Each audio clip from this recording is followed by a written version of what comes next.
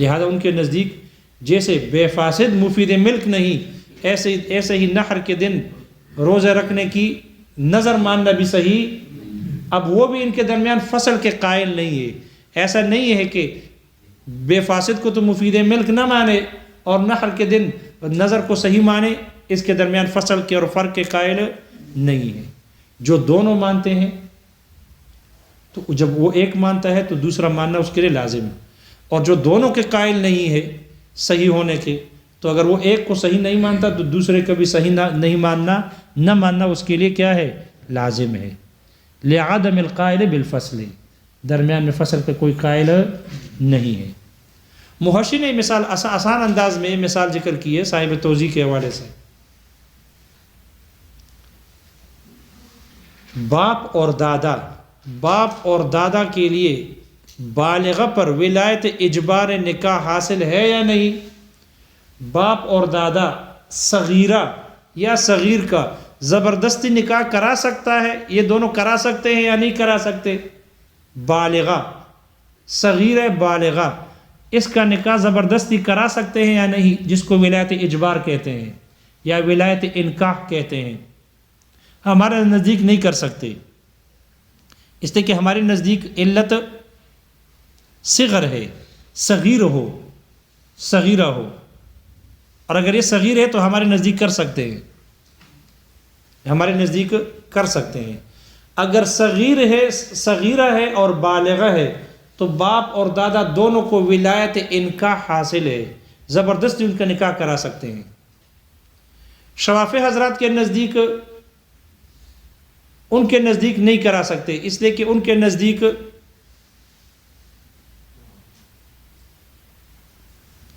علت جو ولایت اجبار کی علت ہے، ان کے نزدیک وہ بکر ہے، ان کے نزدیک کیا ہے؟ بکر ہے، باکرہ ہونا ہے۔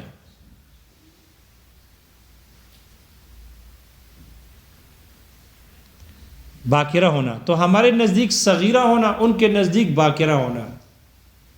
اور یہ جو بالغہ ہے، صغیرہ ہے، یہ ہے صغیرہ اور بالغہ ہے، اب اس پر ہمارے نزدیک تو ولایت نہ حاصل نہ ہوئی، ہمارے نزدیک ولایت حاصل نہیں، کیونکہ یہ صغیرہ نہیں ہے بلکہ کیا ہو گئی ہے؟ بالغہ ہو گئی ہے۔ لہذا جب ہمارے نزدیک علت صغر ہے، ان کے نزدیک علت بکر ہے، لہذا اگر کوئی صغیرہ ایسی ہو جو بالغہ ہو تو باپ اور دادا کو ان پر ولایت اجبار ہمارے نزدیک نہیں، شوافی حضرات کے نزدیک ہے۔ اب دیکھو ہم ان کے ولایت اجبار کے قائل نہیں کیونکہ بالغہ ہے، صغیرہ نہیں ہے، تو جب ہم باپ کے لیے نہیں مانتے تو دادا کی بھی قائل نہیں۔ ایسا نہیں ہو سکتا کہ باپ کے قائل نہ ہو اور دادا کے لیے زبردست نکاح کے اختیار کے قائل ہو، اس کے ہم درمیان میں فرق کے قائل نہیں۔ اور شوافی حضرات دونوں صورتوں میں اس کے یعنی دونوں کے لیے ولایت اجبار کے قائل ہیں، تو ایسا نہیں ہے کہ وہ صرف باپ کے لیے قائل ہو دادا کے لیے نہ ہو، یا دادا کے لیے قائل ہو باپ کے لیے نہ ہو، ان کے درمیان فرق کے وہ قائل نہیں۔ اس کو کہتے ہیں عدم القائل بالفصل۔ یہ بھی اجماع کی قسم ہے جو کہ اجماع مرکب کی ایک قسم ہے۔ شارح کہتے ہیں اس اجماع مرکب کو صاحب توضیح نے بڑی تفصیل کے ساتھ اس کو صاحب توضیح نے بیان کیا ہے، اور اتنے تفصیل کے ساتھ کیا ہے کہ جس پر مزید کا تصور نہیں کیا جا سکتا۔ لیکن یہاں شارح کہتے ہیں کہ یہاں پر جو اصول ذکر کیے مصنف نے، وہ جو اصول مصنف نے ذکر کر دیے کہ اگر امت کا اختلاف ہو کسی مسئلہ شرعیہ پر اور اختلاف کے نتیجے میں 2 قول وجود میں آ جائے، تیسرا قول باطل ہے، شارح کہتے ہیں حق بات یہ ہے کہ یہ ہر زمانے میں جاری ہوتا ہے، صحابہ کے ساتھ خاص نہیں۔ شارح کہتے ہیں یہ جو اصول ہے، یہ جو قاعدہ ذکر کیا ہے، یہی اصل ہے اور یہی اصول قاعدہ ہے اور یہی سبب ہے کہ مذاہب 4 میں منحصر ہو گئے، مذاہب 4 میں منحصر ہو گئے، اور 5واں مذہب باطل ہے، 5واں مذہب یہ باطل ہے۔ لیکن اس قاعدے پر اعتراض ہے۔ شارح کہتے ہیں اس قاعدے پر یہ جو اصول ذکر کیے مصنف نے کہ اگر امت کا اختلاف ہو اور نتیجے میں دو قول وجود میں آ جائے تیسرا باطل، اور حق یہ ہے کہ یہ صحابہ کے ساتھ خاص نہیں ہر زمانے میں جاری ہے، تو اس پر اعتراض ہے۔ اعتراض یہ ہے کہ ہم آپ سے یہ پوچھتے ہیں کہ یہ جو اصول ذکر کیے آپ نے، یہ ایک زمانے کے اختلاف کے ساتھ ہے یا ہر زمانے میں ہے؟ کہ ایک زمانے کے اگر مجتہدین کا اختلاف ہو اور نتیجے میں دو قول وجود میں آ جائے تو بعد والے فقہا اور مجتہدین کے لیے تیسرے قول کا ایجاد کرنا باطل، یہ جو مسئلہ ہے قاعدہ ہے، یہ ایک زمانے کے ساتھ خاص ہے یا ہر زمانے میں جاری ہوتا ہے؟ اگر آپ کہتے ہو، معترض کہتا ہے، اگر آپ کہتے ہو کہ یہ ایک زمانے کے ساتھ خاص ہے تو پھر تو مذہب شوافع اور مذہب حنابلہ اور بعد کے مذاہب سب باطل ہو گئے۔ کیوں؟ اس لیے کہ جب امام ابو حنیفہ رحمہ اللہ نے امام مالک کے ساتھ اختلاف کر لیا، نتیجے میں دو قول وجود میں آ گئے، اس وقت تو امام شافعی رحمہ اللہ کا وجود بھی نہیں تھا اور امام احمد ابن حنبل رحمہ اللہ کا وجود بھی نہیں تھا۔ تو جب امام ابو حنیفہ رحمہ اللہ نے امام مالک رحمہ اللہ کے ساتھ اختلاف کر کے نتیجے میں دو قول وجود میں آ گئے، تو پھر شوافع حضرات نے تو تیسرے قول کو اختیار کیا ہے، شوافع حضرات نے تیسرے قول کو اختیار کیا ہے۔ امام احمد ابن حنبل رحمہ اللہ نے چوتھے قول کو وجود دے دیا، ایجاد کر لیا۔ تو پھر اس کا یہ اصول کا تقاضا تو یہ ہے کہ اگر اختلاف سے ایک زمانے کا اختلاف مراد ہے تو پھر مذہب شوافع اور مذہب حنابلہ یہ مذاہب پھر باطل ہو جائیں گے۔ اور اگر مراد یہ ہے کہ ایک زمانے کا اختلاف مراد نہیں بلکہ ہر زمانے کا اختلاف مراد ہے کہ اختلاف کی صورت میں اگر دو قول وجود میں آ جائے تو تیسرا باطل ہے، یہ ایک زمانے کے ساتھ خاص نہیں ہر زمانے میں ہے، تو اگر ہر زمانے میں جاری ہوتا ہے تو پھر جیسے مذہب شوافع اور حنابلہ درست، تو پھر ہمارا اختلاف بھی کیا ہوگا؟ کیونکہ وہاں امام مالک اور امام ابو حنیفہ رحمہ اللہ کا اختلاف ہو گیا، دو قول وجود میں آ گئے، پھر مذہب شوافع اور مذہب حنابلہ آ گئے، انہوں نے تیسرے اور چوتھے قول کو وجود پیدا کر دیا، لہذا جب ان کا اختلاف معتبر ہو گیا تو پھر اگر ہمارے اختلاف ہو جائے تو پھر یہ بھی معتبر ہونا چاہیے، جیسے مذہب شوافع کا اختلاف معتبر ہو گیا۔ شارح کہتے ہیں یہ اعتراض ہم اس اصول پر ہے کہ جب فقہا کا اور امت کا اختلاف ہو، اختلاف کے نتیجے میں دو قول وجود میں آ جائے تو تیسرا قول جو باطل کہلاتا ہے، تیسرا قول جو باطل ہوتا ہے اس اجماع مرکب کی وجہ سے، یہ اگر آپ مراد ایک زمانے کے اختلاف مراد لوگے تو مذہب شوافع اور حنابلہ باطل ہو جائیں گے، اور اگر ہر زمانے میں اس کو جاری رکھو گے تو پھر جیسے ہم مذہب حنابلہ اور شوافع کا مذہب درست ہو گیا اختلاف کی صورت میں، تو پھر ہمارا اختلاف بھی کیا ہوگا؟ درست ہوگا، اور ہمارا قول بھی ٹھیک ہوگا، جو 5واں بنے، 6واں بنے، 7واں بنے، جو بھی بنے، ہمارا یہ قول بھی مذہب بھی درست ہوگا۔ شارح کہتے ہیں اس اصول پر یہ اعتراض ہے، اور اس اعتراض کا جواب مشکل ہے، اس اعتراض کا جواب مشکل ہے۔ شارح نے یہاں جواب ذکر نہیں کیا، آخر میں پھر بھی اشارہ کر دیا کہ خدا کے واسطے تفسیر احمدی کی طرف رجوع کرو۔ اس لیے شارح کہتے ہیں کہ اس اعتراض کا جواب مشکل ہے، یہاں ذکر نہیں کیا، کہتے لیکن میں نے بڑی تفصیل کے ساتھ اور ایسا جواب ذکر کیا ہے اپنے تفسیر احمدی میں نے اس میں اتنی کوشش کی ہے، اپنی پوری طاقت اور پوری سعی کو میں نے اس میں خرچ کی ہے، اور جو جواب میں نے ذکر کیا ہے ایسا جواب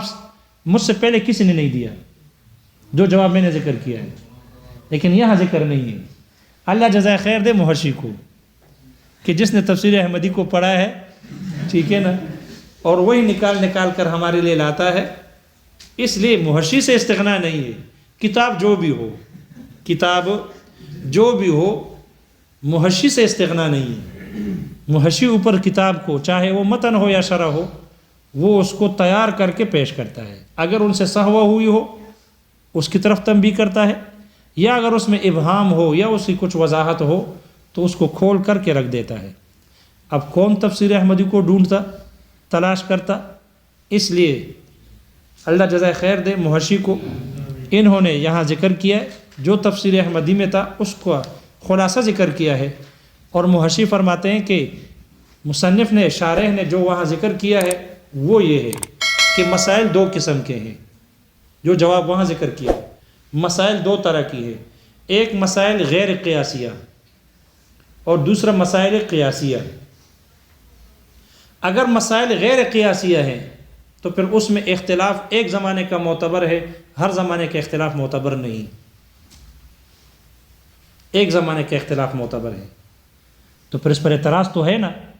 کہ اگر ایک زمانے کا اختلاف ہے، جیسے امام ابو حنیفہ رحمہ اللہ کا امام مالک رحمہ اللہ سے اختلاف ہوا، تو ایک زمانے کا اختلاف اگر معتبر ہے تو مذہب شوافی اور مذہب حنابلہ کیا ہو جائیں گے؟ باطل ہو جائیں گے. تو اس کا جواب ذکر کیا ہے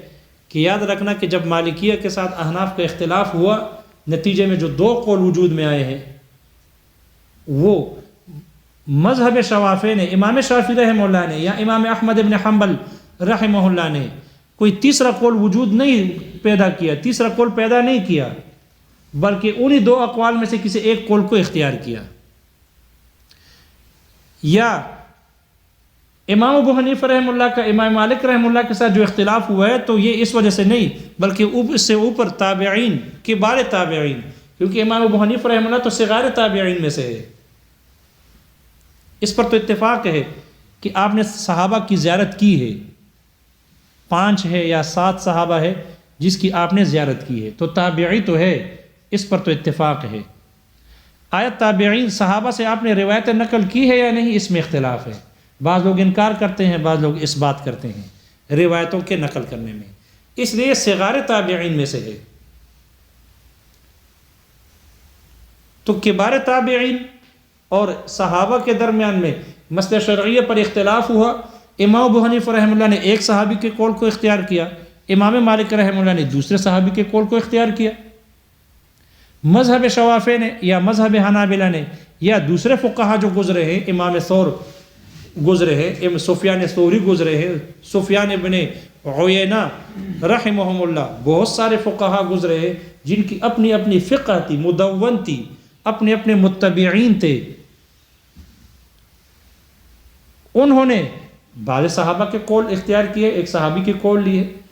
لہذا شارح کہتے ہیں کہ یہاں جو مذہب شوافی اختلاف تو ایک زمانے کا معتبر ہے، لیکن یہ جو مذہب شوافی نے تیسرے قول کو پیدا کیا ہے یا چوتھے قول کو اختیار کیا ہے احمد بن حنبل رحمہ اللہ نے، یہ کوئی نیا قول نہیں ہے، بلکہ انہی اقوال میں سے یا صحابہ کے اقوال میں سے ایک قول کو اختیار کیا ہے، نیا قول پیدا نہیں کیا. اس لیے شارح کہتے ہیں بہت کم ہی ایسا ہے، زیادہ تر مسائل میں تقریباً ہر مسئلے میں اسی طرح ہے. کوئی مسئلہ ایسا نہیں ہے کہ جس میں ائمہ اربعہ میں سے ہر ایک نے الگ الگ قول اختیار کیا ہو، بلکہ ائمہ اربعہ میں سے ہر امام نے تقریباً دوسرے امام کے قول کو اختیار کیا ہے. کسی مسئلے میں اس طرح نہیں ہے کہ چاروں ائمہ نے 4 اقوال کو اختیار کیا ہو جو باقاعدہ ان میں سے نہ ہو، صحابہ میں اور تابعین میں نہ ہو، اور انہوں نے ایجاد کیا ہو، ایسا قول نہیں ہے. اس لیے یہ کہنا کہ پھر مذہب شوافی اور مذہب حنابلہ باطل ہو جائیں گے، یہ بات صحیح نہیں، اس لیے کہ انہوں نے کوئی نیا قول پیدا نہیں کیا، بلکہ انہی صحابہ کے اقوال میں سے اور کبار تابعین کے اقوال میں سے ایک قول کو اختیار کیا ہے، نیا قول کو پیدا نہیں کیا. یہ ان مسائل میں ہے کہ جو مسائل غیر قیاسیہ ہے، اور جو مسائل قیاسیہ ہیں تو مسائل قیاسیہ کا دار و مدار تو علت پر ہوتی ہے. اس لیے جہاں کہیں کسی مجتہد کو علت ملی ہے انہوں نے اس پر عمل کیا ہے اور اسی کے مطابق حکم متفرع کیا ہے، دوسری جگہ حکم لگایا ہے. اب دوسرے مجتہد کو وہ وصف انہوں نے علت مناسب نہیں سمجھا، اس نے دوسری علت بنائی ہے، دوسرے وصف کو علت بنا دی، اس نے اس کے مطابق حکم لگا دیا ہے. لہذا وہاں اگر اختلاف ہوا ہے تو اس کا دار و مدار وہ علت پر ہے، وہ نصوص پر نہیں ہے. اس لیے وہاں ایسا ہو سکتا ہے کہ ایک مجتہد نے دوسرے کے خلاف قول کو اختیار کیا ہو تو وہ علت کی بنیاد پر ہے، وہ نصوص کی بنیاد پر نہیں. تو جیسے اختلاف حنابلہ کا اور شوافی حضرات کا مذاہب کا ہے، امام ابو حنیفہ اور امام مالک رحمہ اللہ کے ساتھ، ایسا ہی امام محمد اور امام ابو یوسف رحمہ اللہ کا بھی اختلاف امام ابو حنیفہ رحمہ اللہ کے ساتھ ایسا ہی ہے۔ یہ امام ابو حنیفہ رحمہ اللہ کے شاگرد، لیکن بعض مسائل میں ان کے ساتھ اکثر مسائل میں اختلاف ہو، اس میں امام ابو حنیفہ رحمہ اللہ کی رائے کو چھوڑ کر دوسرے فقہا کی رائے کو اختیار کیا، دوسرے صحابہ کے اقوال کو اختیار کیا ہے۔ پھر امام شافعی رحمہ اللہ تو ان کے شاگردوں میں سے آتے ہیں، امام محمد رحمہ اللہ کے شاگرد ہیں امام شافعی رحمہ اللہ، اور امام احمد ابن حنبل رحمہ اللہ یہ امام شافعی رحمہ اللہ کے شاگرد ہیں۔ تو یہ تو ان کے شاگردوں کے شاگرد ہو رہے ہیں یہ مذاہب والے، لہذا انہوں نے جو اقوال اختیار کیے ہیں، یا امام محمد کا قول اختیار کیا، یا امام ابو یوسف رحمہ اللہ کی رائے لی ہے، یا اوپر کے تابعین کی کبار تابعین کی فقہا کی رائے لی ہے۔ لیکن شارح کہتے ہیں جو محشنین کی بات نقل کی ہے وہ یہ کہ انصاف یہ ہے، انصاف اور حق یہ ہے کہ ہم جتنے بھی توجیحات کر لیں، جتنے بھی تعویلات کر لیں ان کے دلائل کے لیے کہ اس کی وجہ یہ ہے، اس کی وجہ یہ ہے، یہ ہم جتنے بھی توجیحات کر لیں، حق بات یہ ہے کہ اللہ تعالیٰ نے ان مذاہب کو ایک قبولیت بخشی، یہ اللہ کے محض فضل اور کرم سے ہے، اور اللہ تعالیٰ کی طرف سے قبولیت ہے ان مذاہب اربعہ کی۔ حالانکہ مذاہب 4 نہیں تھے، مذاہب بہت سارے فقہا اور مجتہدین تھے، یہ تو حضرات صغار تابعین میں سے تھے دونوں، بڑے بڑے فقہا جیسے سفیان ثوری کا قول پیچھے گزر گیا کہ امام ابو حنیفہ رحمہ اللہ کے بارے میں فرماتے تھے ما یقول هذا الشاب الصغیر هذا الشاب عندي، تعجباً فرماتے تھے، حالانکہ یہ عمر میں بہت بڑے تھے ان سے، اور امام ابو حنیفہ رحمہ اللہ اس وقت بہت چھوٹے تھے، ان کی اپنی اپنی فقہ تھی جو مدون تھی، اپنے اپنے متبعین تھے، لیکن قبولیت اللہ نے ان چاروں کو دی،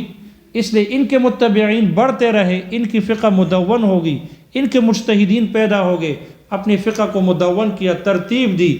اور یہ جاری رہی، اور باقی جو فقہ تھے جتنے بھی تھے ان کے متبعین ختم ہو گئے، اس لیے ان کی فقہ بھی ختم ہو گئی۔ اس لیے پاک و ہند اور یہ پاکستان، ہندوستان اور یہ دوسرے ایشیا کے ممالک میں زیادہ تر، اس طرح مصر میں تو یہاں پر اکثر فقہ حنفی چل رہی ہے، فقہ حنفی ہے، اور سعودیہ میں، عرب کے ان ممالک میں فقہ حنبلیہ چل رہی ہے، اور یمن کے اور شام کے علاقوں میں فقہ شافعیہ پر عمل ہے، ان کے متبعین، ان کے فقہا، مفتی، مجتہدین موجود ہے، اور مراکش، مغرب اور مراکش کی طرف، اندلس کی طرف یہ مالکیہ حضرات، ان کے فقہا اور مجتہدین ہے، تو ہر علاقے میں ان کے مجتہدین اور متبعین موجود ہے، اور ان پر فقہ پر عمل ہو رہا ہے۔ تو 4 ہی ہے، ایک مذہب جعفری 5ویں ہے جن پر شیعہ عمل پیرا ہے، وہ انہی کے علاقوں میں ہے، ایران وغیرہ میں ہے مذہب جعفری، جو نہ مذہب جعفری ہے اور نہ مذہب اسلام ہے، بلکہ وہی یہودیت اور نصرانیت چل رہی ہے، ان کے نام پر ہے، ان کے نام پر ہے۔ لہذا شارح کہتے ہیں حق بات یہ ہے کہ مذاہب کا 4 میں منحصر ہونا اور یہ باقی مذاہب کا نہ ہونا، ہم جتنے بھی توجیحات کر لیں تو یہ صرف اور صرف یہ توجیحات ہی ہے، باقی یہ کہ من عند اللہ، یہ ان کی طرف سے، اللہ کی طرف سے یہ قبولیت ہے جو 4 کو حاصل ہوئی، اور مذاہب 4 میں منحصر ہو گئے۔ اس لیے جو جواب شاعر نے ذکر کیا وہ یہی ہے کہ اختلاف ایک ہی زمانے کا معتبر ہے،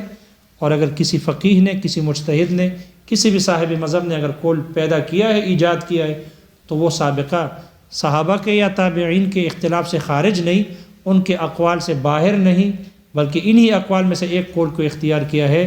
اس لیے بات، مسئلہ اور اصول یہی ہے کہ اگر امت کا اختلاف ہو،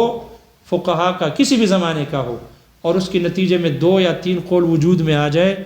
تو یہ اجماع ہو گیا اس بات پر کہ اس سے خارج جو قول ہوگا، چاہے وہ تیسرا بنے یا چوتھا بنے، وہ باطل ہے۔ وہ جواب سمجھ میں آ گیا؟ دیکھو کتاب میں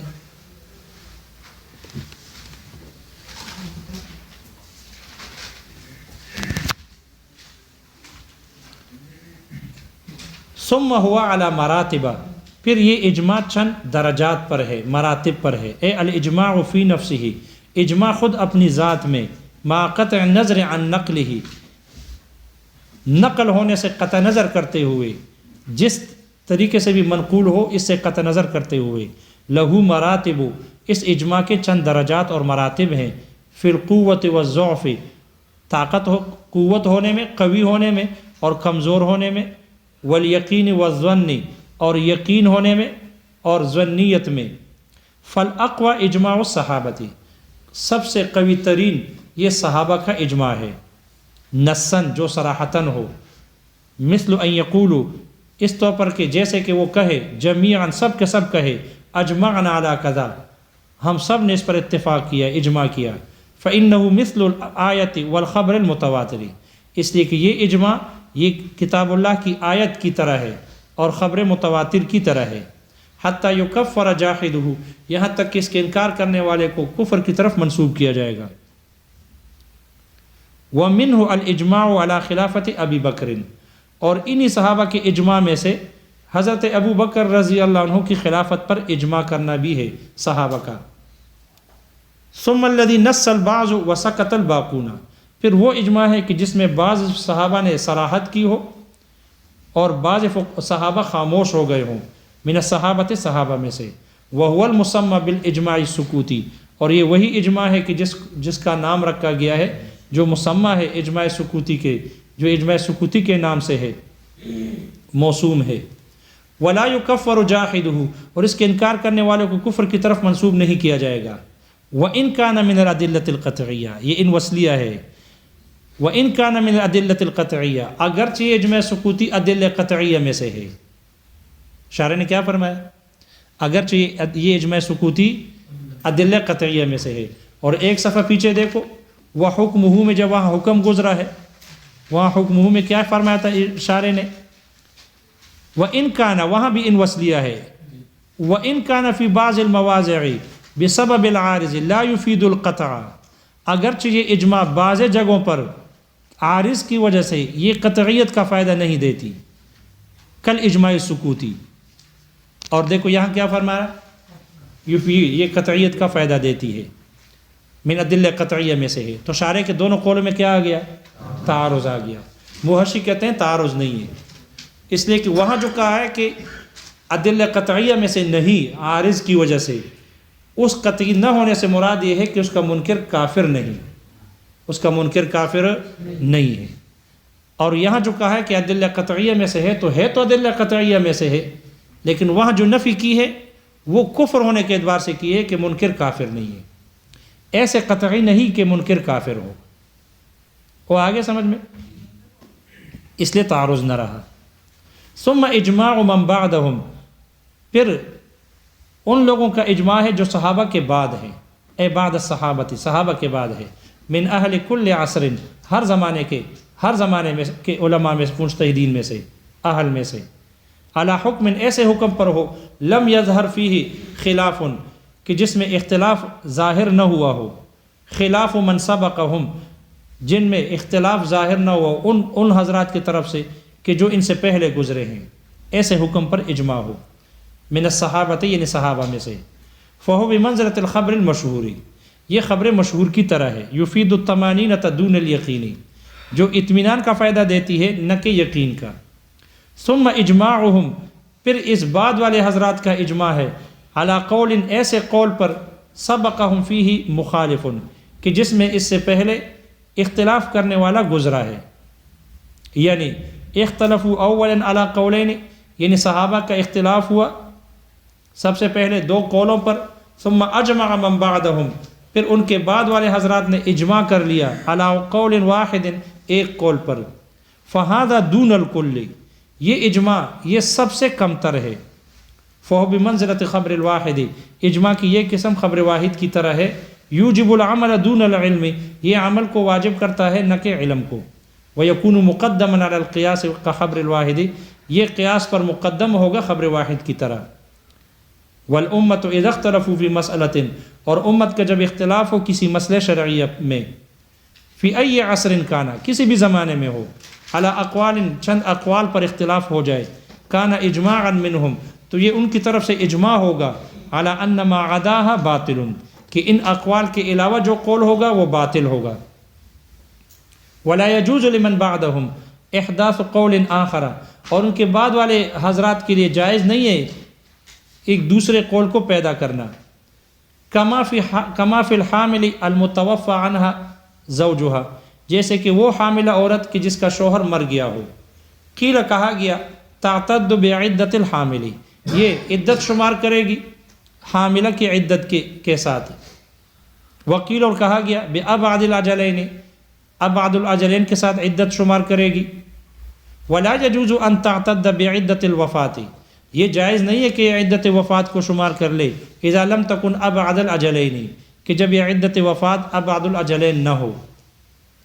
وقیل، اور کہا گیا ھذا فی الصحابۃ خاصۃ، یہ جو مسئلہ اصول ہے، قاعدہ ہے، یہ صحابہ کے ساتھ خاص ہے۔ اے بطلان القول الثالث فی الصحابۃ فقط، تیسرے قول کا باطل ہونا یہ صرف صحابہ میں ہے۔ فإنهم ان اختلفوا علی قولین، اس لیے کہ جب وہ حضرات اختلاف کر لے دو قولوں پر، کان اجماعا علی بطلان القول الثالث، تو یہ تیسرے قول کے بطلان پر، باطل ہونے پر اجماع ہوگا۔ دون سائر الامت، یہ دیگر امت کے بارے میں، باقی امت کے بارے میں نہیں۔ لیکن شارح کہتے ہیں ولیکن الحق، لیکن حق بات یہ ہے ان بطلان القول الثالث، یہ تیسرے قول کا باطل ہونا مطلق، یہ مطلق ہے، یجری فی اختلاف کل عصر، ہر زمانے کے اختلاف میں جاری ہوتا ہے۔ وہذا یسمى اجماعا مرکبا، اسی کو اجماع مرکب کہا جاتا ہے۔ لأنه نشأ من اختلاف القولین، اس لیے کہ یہ اجماع یہ دو قولوں کے اختلاف سے پیدا ہو گیا۔ وهو اقسام، اور یہ اجماع مرکب اس کی چند قسمیں ہیں۔ قسم منها یسمى بعدم القائل بالفصل، ان کی ایک قسم ان کو عدم القائل بالفصل کہا جاتا ہے۔ اور عدم القائل بالفصل ہے کیا؟ شارح نے خود بیان نہیں کیا، حوالہ دے دیا۔ وقد بینھا صاحب التوضیح، جس کو صاحب توضیح بیان کر چکے ہیں، انہوں نے بیان کیا ہے بما لا یتصور المزید علیہ، اتنے تفصیل کے ساتھ کیا ہے کہ جس پر مزید کا تصور نہیں کیا جا سکتا۔ شارح کہتے ہیں وعندی، اور میرے نزدیک، ان ھذا الاصل، یہ جو قاعدہ ہے، اصول ہے، هو المنشأ لانحصار المذاہب فی الاربعۃ، یہی سبب ہے اور منشا ہے مذاہب کا چار میں منحصر ہونے کے لیے۔ وبطلان الخامس المستحدث، اور پانچویں جدید کے باطل ہونے کے لیے یہی اصل ہے اور سبب ہے۔ ولیکن یرد علیہ، لیکن اس پر اعتراض ہوتا ہے، انہ ان ارید بالاختلاف اختلاف مشافہۃ، اگر اختلاف سے مراد ہے وہ اختلاف کہ جو آمنے سامنے کا ہو، روبرو ہو، مشافہتاً ہو، فی زمان واحد، ایک زمانے کا اختلاف اگر مراد ہے، فینبغی، تو پھر مناسب یہ ہے ان یکون مذہب الشافعی، ان یکون مذہب الشافعی و احمد بن حنبل باطلا، تو پھر مناسب یہ ہے کہ امام شافعی رحمہ اللہ کا اور امام احمد بن حنبل رحمہ اللہ کا مذہب یہ دونوں باطل ہو جائے۔ حین اختلف ابو حنیفہ مع مالک فی زمان واحد، کہ جب ایک ہی زمانے میں امام ابو حنیفہ رحمہ اللہ نے امام مالک رحمہ اللہ کے ساتھ اختلاف کیا۔ وَإِنْ أُرِيدَ بِالْاخْتِلَافِ أَعَمُّ، اور اگر اختلاف سے مراد عام اختلاف مراد لی جائے، مراد ہو، من ان یکون فی زمان واحد ام لا، کہ ایک زمانے کا اختلاف ہو یا ایک کا نہ ہو، فکیف لا یعتبر اختلافنا، تو پھر ہمارا اختلاف کیسے معتبر نہ ہوگا؟ کمعتبر اختلاف الشافعی و احمد بن حنبل، جیسے کہ امام شافعی اور امام احمد بن حنبل رحمہ اللہ کا اختلاف معتبر مانا گیا۔ والجواب عنہ صعب، اس اعتراض کا جواب مشکل ہے۔ وقد بالغت فی تحقیقہ فی التفسیر احمدی، اور اس کے ثابت کرنے میں میں نے بہت کوشش کی، میں نے کوشش کی تفسیر احمدی میں، وبذلت جہدی و طاقتی فیہ، اور میں نے اپنی پوری کوشش اور پوری طاقت اس میں صرف کی، یعنی میں نے پوری کوشش کی اس میں۔ ولم یسبقنی الی مثلہ احد، اور اس کے جواب دینے میں، اس جیسے جواب دینے میں کسی نے مجھ سے سبقت نہیں کی۔ فطالعہ ان شئت، وہ خدا کے واسطے ہے، اگر تو چاہے تو اس کا کیا کر لو، وہاں پر اس کا، اگر تو چاہو تو ان کا مطالعہ کر لو۔ جی ہاں ان شئتا، لیکن وہ کب تک تو نہیں چاہے گا؟ کب تک نہیں چاہے گا؟ کتنی مرتبہ کہا ان شئتا؟ بسو وللہ الحمد، وللہ الحمد، الحمد للہ رب العالمین، والعاقبۃ للمتقین والصلاۃ والسلام علی سید الانبیاء والمرسلین وعلی آلہ واصحابہ اجمعین۔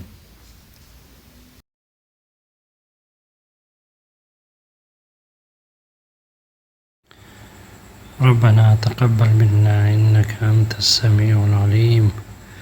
وتب علينا إنك أنت التواب الرحيم، سبحانك لا علم لنا إلا ما علمتنا إنك أنت العليم الحكيم، وتب علينا إنك أنت التواب الرحيم، ربي زدني علما، اللهم زدنا ولا تنقصنا، وأكرمنا ولا تهنا، وأعطنا ولا تحرمنا، وآثرنا ولا تؤثر علينا، وأرضنا وارض عنا يا رب العالمين۔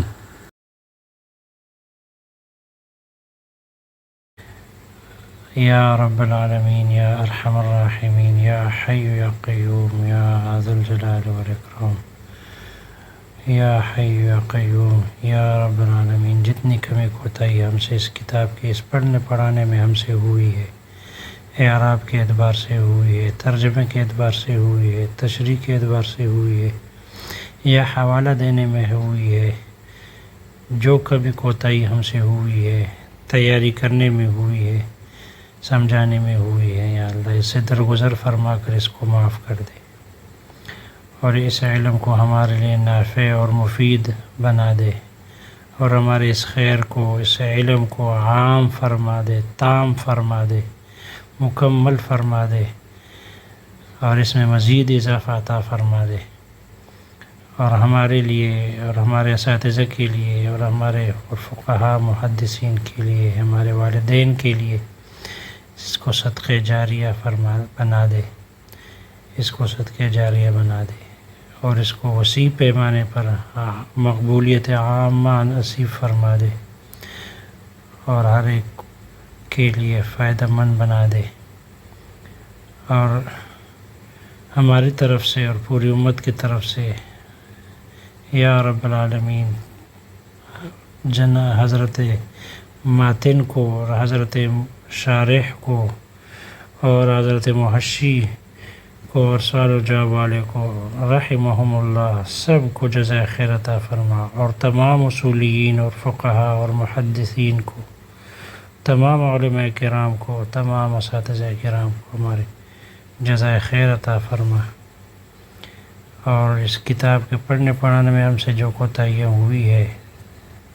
جو بے ادبی ہوئی ہے، جو لا ابالی پن اس میں ہوا ہے، یا اللہ اس سے درگزر فرما کر اس کو معاف کر دے، اور یا رب العالمین یا حی یا قیوم ہمارے لیے اس کو فائدہ مند اور مفید بنا دے، اور اپنی رضا کا سبب بنا دے، مقبولیت عامہ اور اخلاص عطا فرما دے،